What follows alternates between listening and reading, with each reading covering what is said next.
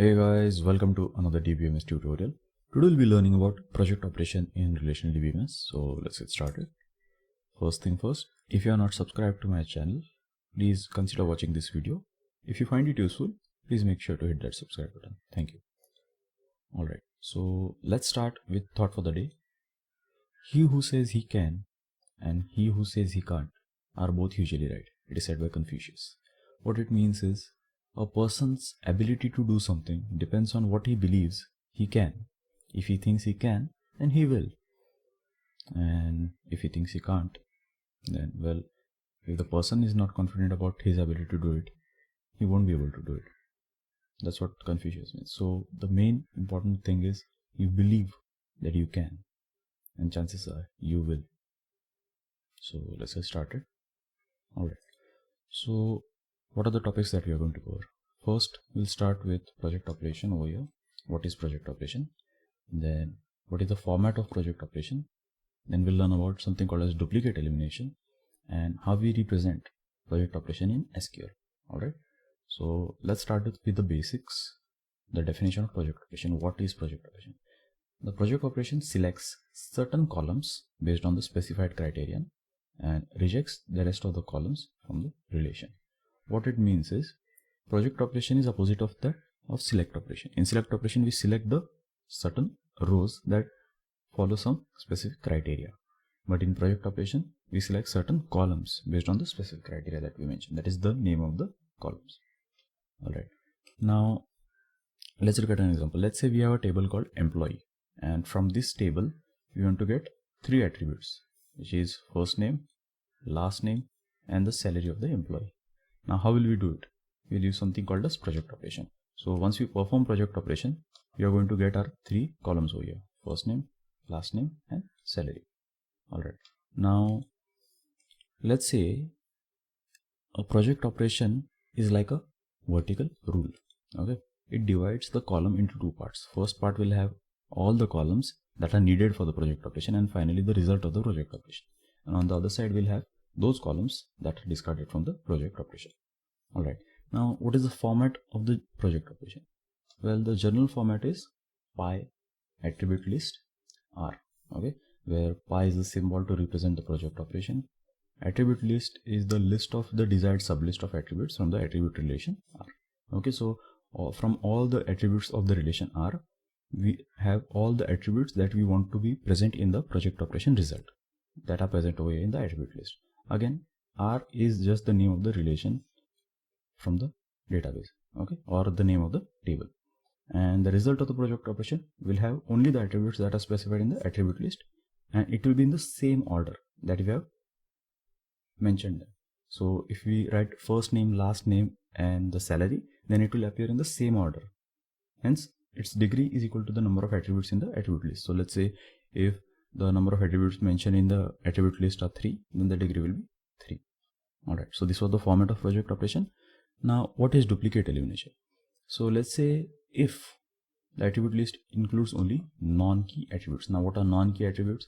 Non-key attributes are the attributes that necessarily won't be able to distinct each entity from the other entity. Okay, so those are called non-key attributes. So if the attribute list only includes non-key attributes of the relation R, then chances of duplication of rows will occur. We'll look at an example so that you'll understand what I mean. Okay, the project operation removes the duplicate rows from the result so that it forms a distinct tuples and hence a valid relation. What is a valid relation?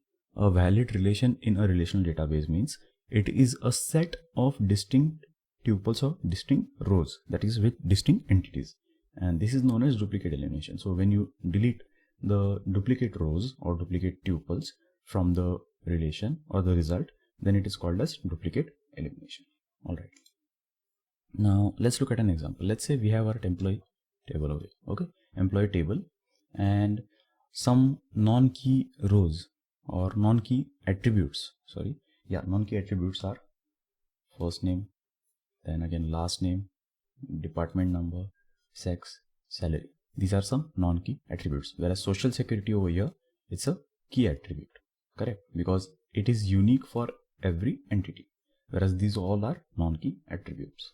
Now, what is duplicate elimination? Let's say we want to do project operation with the following attributes: sex of the employee and salary of the employee. Now these are again non-key attributes. So we'll get a column sex of the employee and salary of the employee like this. Okay, these two columns. Now if you see over here, there is a male with 30,000 salary. There is another male who is getting 30,000 salary. So these are duplicate tuples over here.